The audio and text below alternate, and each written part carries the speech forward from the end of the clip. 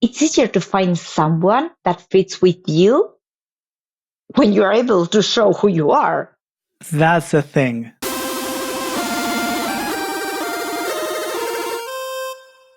Hey everyone, I'd like to welcome again Jose. This time I want to talk about where we met. There's another talk like this with Vir. This is the Jose that Vir talks about in that interview. So if you haven't checked that out, I suggest you go there afterwards. The reason that I want to talk about where we met is because I always suggest these types of environments to find dates, but the reason why you should go there is not to find dates, or at least the driver should be finding friends and getting to know people. Because in that getting to know people who have things in common with you, then you'll either find someone that you like there, or you'll find someone within that group of friends. And the people who didn't fit with us quite often were people who just came because they were looking for a partner. Right? Yeah, they were looking to or get laid. It's funny. Yes, exactly. It's funny because, I've told you this, but my husband now says that it's really counterintuitive how everyone there dated someone at some point. Yeah. And how there were so many things. Like, I think on those years, I had more guys telling me I really like you than ever in my life. You're the queen. No, that's the thing. I wasn't even the popular or the prettier one. It's like, no, but the thing is, but we all dated someone. So it wasn't like we were all like super like prudes or anything. It was like a very open environment. But when someone just wanted like to hook up, you would notice like a mile away. And that, it's not attractive. They wouldn't fit. And when they were like, and some people would even get like really intense about that. And they would like start making us uncomfortable. And I remember at some point having to kick someone out of a meeting and say like, okay, this is not how it works. So you're going to have to, you have to leave. Because this is not working, so you're making people uncomfortable. So just please leave. What was the person doing? He was the whole bumper thing. Yeah. I know who we're talking about. Yes. Yeah. They were like literally throwing. It was a guy throwing himself to the girls, like literally. They like hanging and trying to like kind of bite you in the neck in a playful way. Yeah, and all the playful things he was doing were like they were all about like trying to kiss someone. He was all the time like touching people in really uncomfortable ways, and you could see that people wasn't comfortable with that. So yeah, but it was quite an exception. It wasn't the usual thing. Yeah. It wasn't like that was the thing that was uncomfortable. The thing is, they were just looking for that. Yeah. They never talked to someone. They weren't like making friends. They weren't sharing the conversation. They weren't playing the games. They just wanted that. And that's not nice. Well, I mean, that's not nice. That wasn't nice in that circle. Yeah. In that environment, right? Like, exactly. I mean, sure, if you go to a bar and you try to bite people's necks, even if it's for fun, you're still gonna get the same reaction. But apart from that, if you go to a bar, if you go to a club and you clearly want to hook up, it's accepted and it's known and it's, let's say, shared. Whether they want to hook up with you or not, that's a different story. I'm not a bar or club person, so I don't know how those dynamics work. But at least in our case, we were all there to socialize with people with whom we had something in common. Yeah. And I also think that you say this about like, it's okay in a bar. But I think if you're trying to build like a meaningful relationship, I'm not saying not even like in a long term, but if we're trying to build something that's a little more than a night, then you're not doing it this way usually. I mean, I don't go to bars, so I have no idea. no, but I think usually when you talk to people, maybe it's my circle. And now I mean, When you talk to your people, yes? yeah, when I talk to my people, I mean, I have friends that started like a one night thing and now they are married with 2 children. But it's like one, Yeah. not the. So I guess the nice thing about these environments has to do with. I'm falling into the thing that you don't like about being yourself. We can discuss it. Yeah, no, but I guess when you find your people, it's easier to like be yourself, to be authentic, and you end up like it's easier to find someone that fits with you when you are able to show who you are. That's the thing. That's why I don't like be yourself, because if you say be yourself, I can be like, okay, be myself. I'm shy, introverted. I don't talk to people. I don't go anywhere. It's very hard for me to say how I feel and to demonstrate it. And so that's how I am, right? And that's why I don't like that type of advice. Versus choose who you want to be and the things you like and accept them and don't change them, but learn to show it in a confident way and see, and so that way you can find people who really fit well with you. Exactly. That's to me is the key difference. It's not just be yourself. It's change the things that are standing in the way of you getting the results you want, whatever that is, as a way to really truly become the person that you want to be, right? Like in our case, like in my case, I have never wanted to just hook up for hooking up. That's not a thing for me. Actually, the only time that I maybe had a one night stand is because then she went back with her ex. Otherwise, it would not have been a one night stand, right? Yeah. And this was a friend that I had made for like 4 years. Yeah. But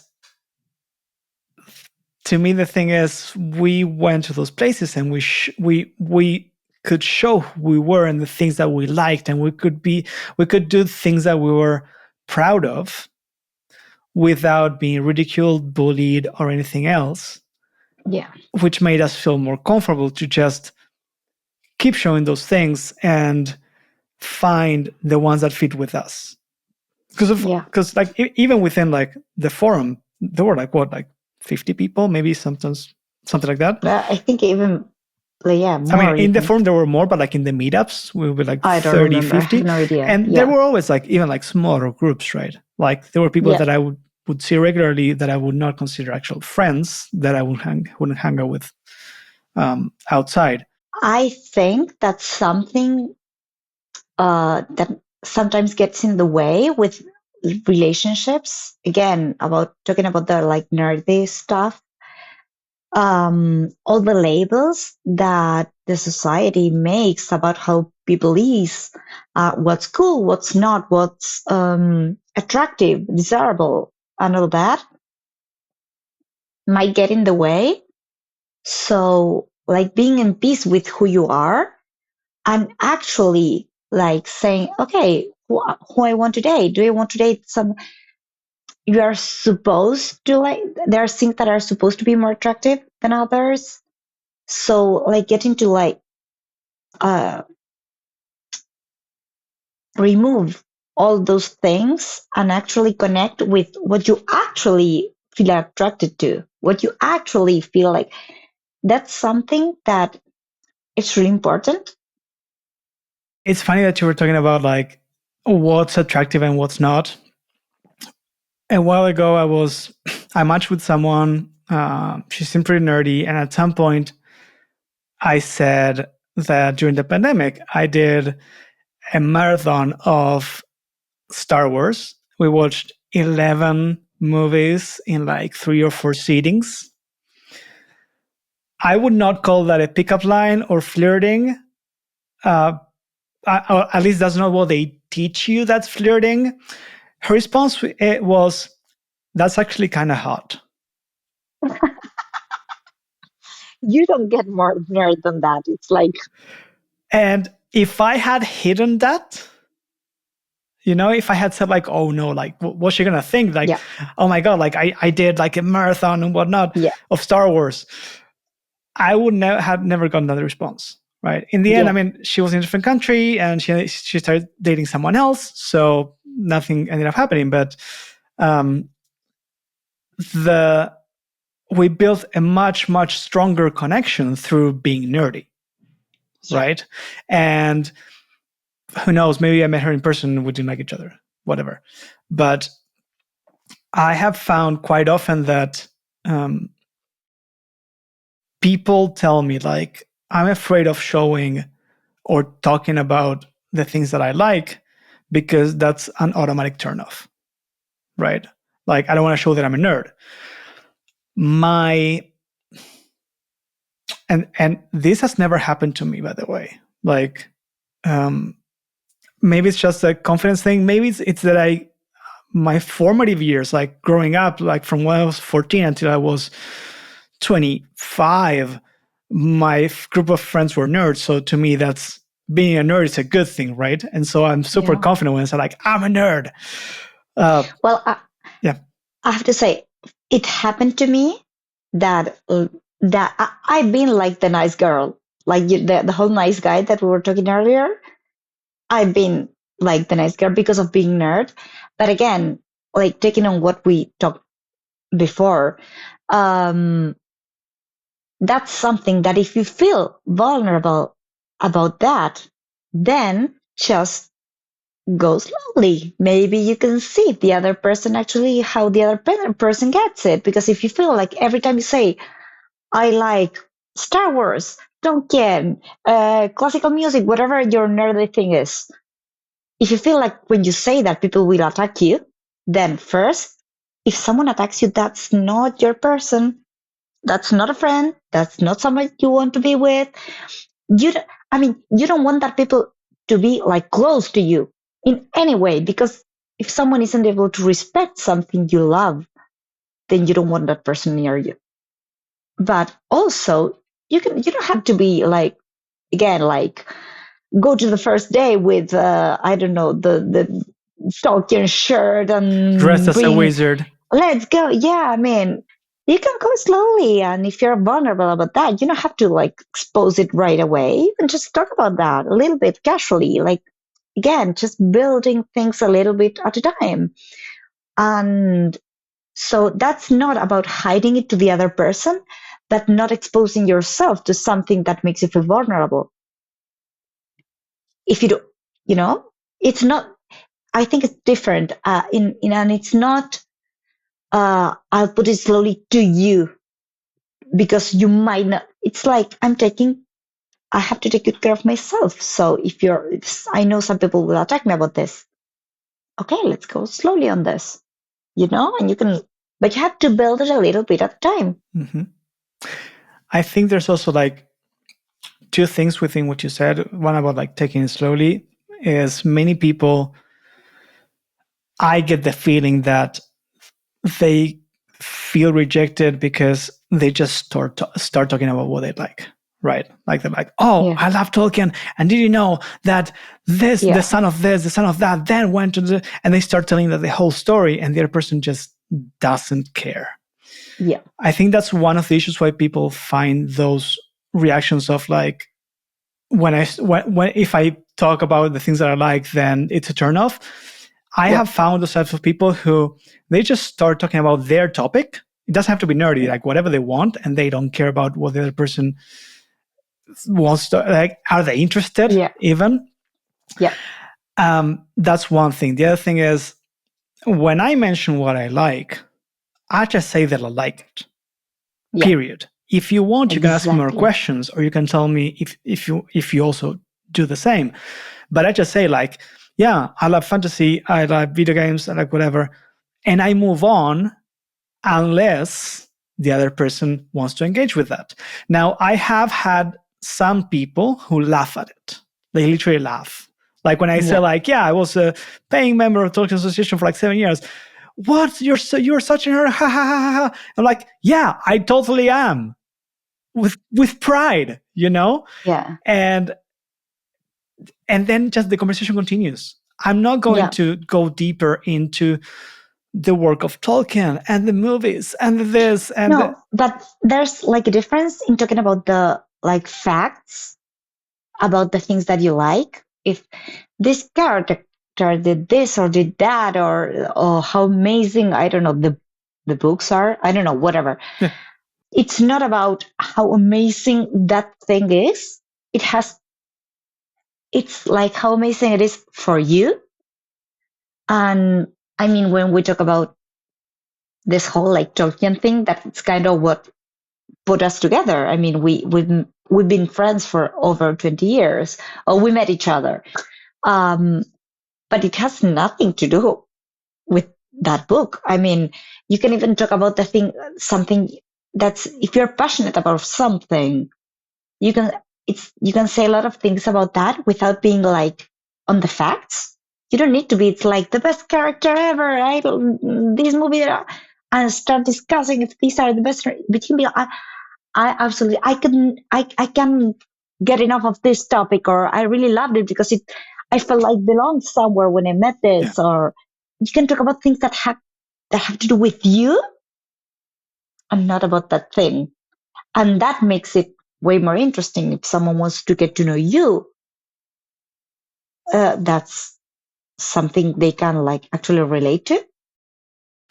That's actually something that I was coaching someone a while back, and we're talking about like conversation skills, and we were just role playing conversations, and he was asking me like that, like facts, right? Like what happened with this, like things, and I'm like, or he was also saying like sometimes the other person does stuff that I don't share, like maybe, I don't know, they like football or they like something else and I like Tolkien, and we don't connect. What I learned over time is to ask people about how they relate to that thing that they like. Why do they like that? How does that make them feel? Yeah. Why they got into it? That to me is much more bonding and creates much more rapport than the actual what this character did, or if this team won or whatever it is. Also, like, I don't like sports, I don't care about sports, and every time I hear people talking about that kind of stuff, I'm like, I just switch off. But I can actually relate to, like, what do you like about it? Like, what's your relationship with it? Like, did you like it growing up? Whatever it is, but it's about your relationship with that thing, and the same thing on the other side. So even if the other person has a different interest than you do, you can always ask about how they relate to that interest, not necessarily about the interest itself. Exactly. Yeah. I'm going to let you go. Okay. Because we've been talking for a while now. And this is a very different conversation than what I had with Ver, which is great. It's also why I didn't want to. I really want to listen to that. You will, don't worry. I'm sure everyone else has or they can by now. But to me, I think the takeaway from what we've been talking about is finding a place where you belong first. And from there, you can start kind of like digging through the people that you find there and their network to find someone to date where you will actually feel comfortable because they're your people already. Exactly. Well, I can actually, when we were saying that at the beginning, I was thinking we have some pretty close friends who met through a friend. I mean, he was at the ATA forum, and one of the girls was at the ATA forum, and she introduced her friend, and now they've been married for, I don't know, 10 years, they have to treat the children. Yeah. It's that kind of thing. It's like it happens. It's not like a theory. You might get it. It's like, no, it happens when you are with your people. Yeah. We can't know how long it might take.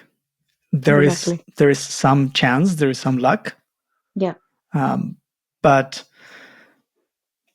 so far, most of the people that I remember and that I have interviewed, it's been like that.